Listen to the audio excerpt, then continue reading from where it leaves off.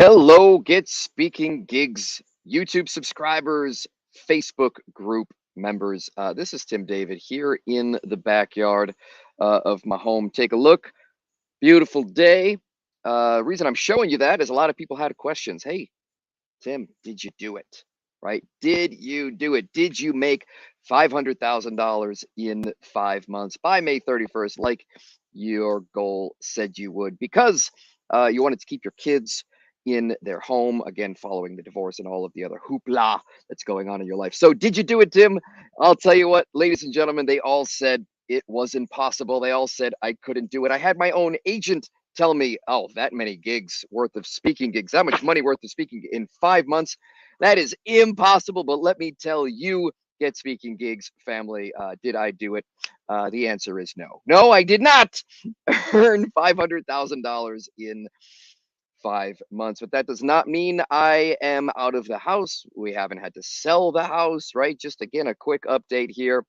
There are options on the table. Here's what did happen though. I was able to double my income just in, again, a few short months. Was able to double already a pretty freaking substantial income. Again, as anyone who knows in the speaking industry, there is money to be made. And that is why you are here watching this video, ladies and gentlemen. 15 bits of fatherly advice to get paid for anyone who wants to get paid as a speaker in this industry. Fatherly advice. Why? Well, because in the United States, last weekend was Father's Day, right? Sunday was Father's Day, and I have 3 kids. I had a great Father's Day. I was surprised with a Red Sox Yankees game at Fenway Park. Oh, it was legendary. And I had some great time with my dad as well. So, yes, in honor of Father's Day, but also in honor of the style of dads everywhere, right? Dads are known for telling it like it is. Dads are known for giving this stern but loving advice. And I believe as speakers, sometimes we need that. Sometimes we need to challenge our beliefs and we need that advice that's given in a stern but loving manner. So let's go ahead and dive in. Number one, if you want to be a $10,000 speaker, then you'd better look like a $20,000 speaker, right? Don't go showing up in my tie, all right, son? You better look like a $20,000 speaker. That means website, that means demo video, that means how you carry yourself on stage. Yes, bio, yes, promotional shots. Every interaction that you have with a prospective client really needs to be top notch if you are expecting to get paid the big bucks. If you want to be a $10,000 speaker, then you got to look like a $20,000 speaker. And that's not fair that people judge a book by its cover, but they do. And the cover of a book is one thing, but the cover of a speaker, that is your demo video, right? Everybody knows the importance, or I hope everybody knows the importance of a sizzle reel or a demo video. That should be featured prominently on your website and your social media.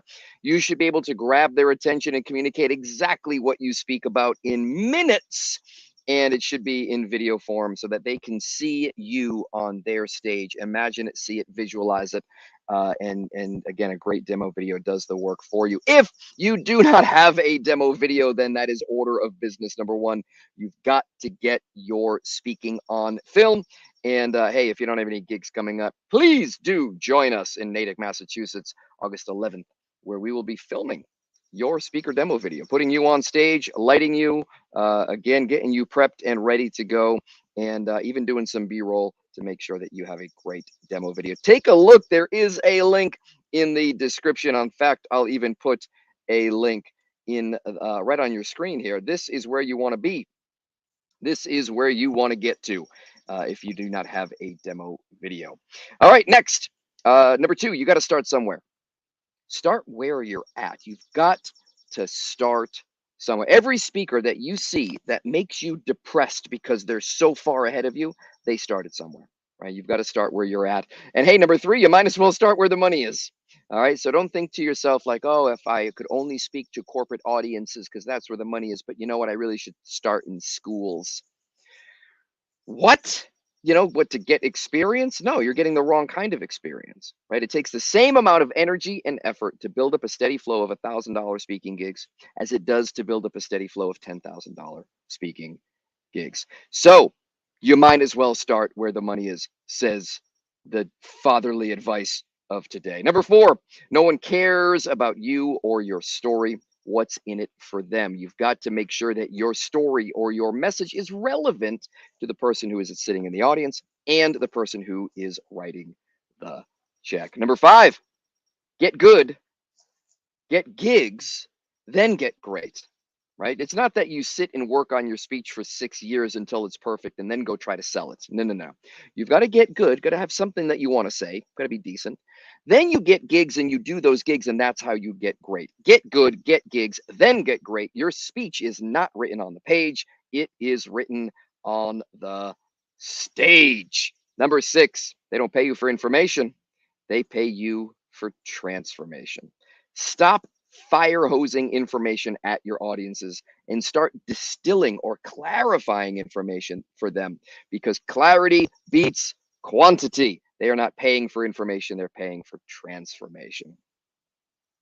Number 7, it is not about getting yourself out there, right? Getting yourself out there. It is about getting your offer out there. If they are rejecting you, guess what? They're not rejecting you as a person, they're rejecting your offer. Maybe you can tweak that, maybe you can adjust that. In fact, of course, we're going to talk about offers and packaging at the Next Stage Speaking Summit. But it's not about you and getting yourself out there and saying, I'm a speaker, I'm a speaker. They don't need a speaker. They need a solution to their problem, right? Sometimes their problems are business problems, payroll problems, process problems, people problems, profit problems. Sometimes their problems are event problems, attendance problems, engagement problems, referrals, sponsors, right? All of those different things. What can you solve for the audience? It is not about getting yourself out there. It is about getting your offer out there. Number 8, every speech is a showcase. Every speech is a showcase. It's an opportunity. Do not cross your fingers and hope and expect for speeches to come from speeches, right? Because speeches do beget speeches if you have a system, right? Every speech is a showcase, with provided you have a system, right? And again, obviously, we're teaching the system down here at the Next Stage Speaking Summit. I don't want to beat a dead horse, but hey, this is the fatherly advice that maybe you need, the stern but loving fatherly advice that you need. Number 9, if you want to increase your fees, then increase your leads. Leads raise fees. If you have 100 people knocking on your door to hire you as a speaker, guess what? You can raise your fees because, hey, it's the supply and demand, math working in your favor. If you want to increase your leads, then increase.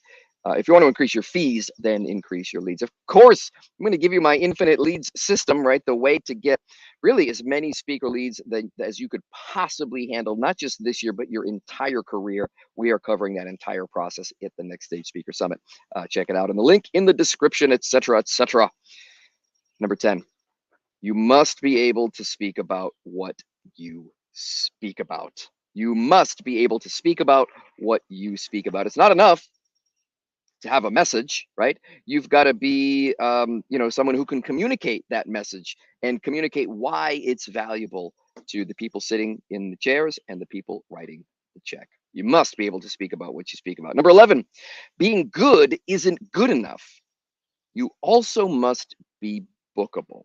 Being good isn't good enough. You also must be bookable. What do I mean by that? Well, being a good speaker is one thing, but if nobody ever sees you speak, if you're never out there booking yourself, if you're not bookable as a speaker, then your message will die within you.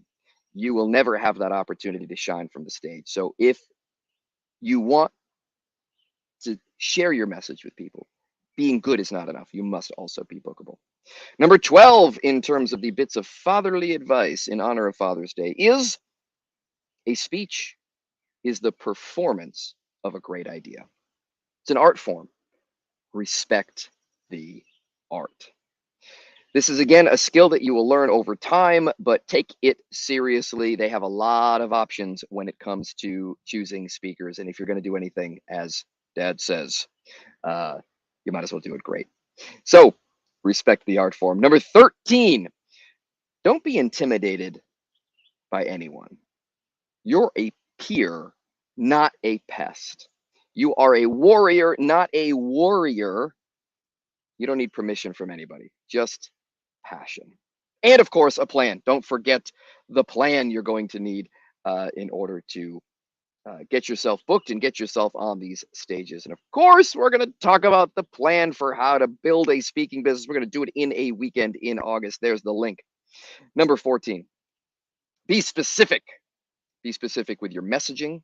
Be specific with your packaging. Be specific with your topic selection, your speech titles. Be specific. The only time general wins is when it's a military title. Of course, listen, hey, we've got to put some wordplay in there. This is a list of dad fatherly advice. Of course, there's going to be some dad jokes and some puns and some wordplay in there. It's just part of the territory. Number 15, you can do this. You got this. I'm proud of you. Now, I don't know who needs to hear that, but I'll tell you, when I dropped out of college to become a professional magician, right, my first career before I became a speaker, my dad didn't necessarily say those words, "I'm proud of you." In fact, he was pretty worried.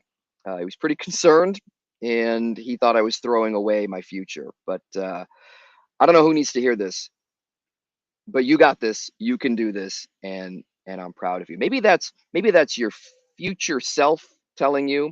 Maybe that's someone else in your future when you start to have the success that you are dreaming of, the success that you know you deserve.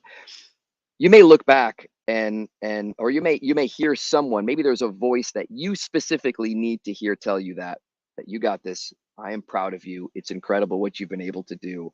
I love that you create an income while creating impact. I'm so proud of you. And again, I think everybody has different motivation is as to why they're sharing a message and speaking from the stage.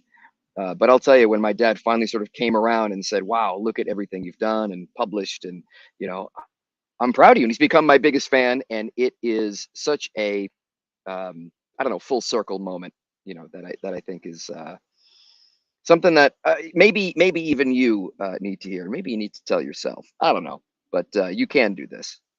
You do have this, and I am proud of you. So that is basically the 15 bits of fatherly advice, the stern but loving advice here in my backyard. Again, one more little view of my half-cut grass, and it's like a field out there. So that is it for me for now. I will continue to pop into this Facebook group and this YouTube channel here at the Get Speaking Gigs community. If you want to be informed of when we are going live, well, hey, guess what? Your best chance is to subscribe. Subscribe on YouTube, subscribe, follow the Facebook group, and of course, get yourself your email address over at getspeakinggigs.com to receive all of the goodies that we are offering out there. So that is it for me for now. We'll speak soon.